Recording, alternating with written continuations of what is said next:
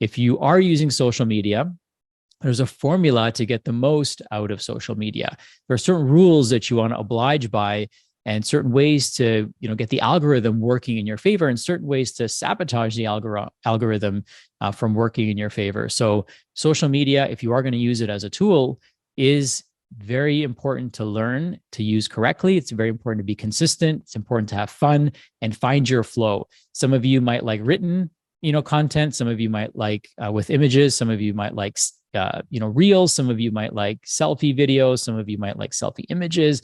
I mean, you can decide how much you want to be in the images. It's really not about you. It's about your clients. It's about what they want to know, not necessarily about what you, or it's not necessarily about you. It's really about them. That's an important framework. A lot of times we get stuck in thinking, what are people going to think?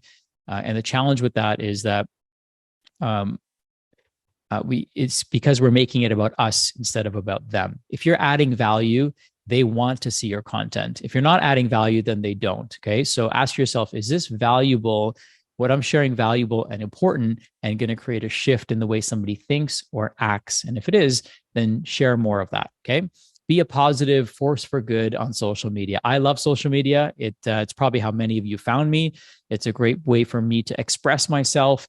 It doesn't cost anything, which is great. Cost me time, of course, and it can be a time suck. I'm not immune to that necessarily. However, I try to be as productive as I can. I try to make people think differently. I try to get them to act a little bit differently, to show up as the better and highest version of themselves.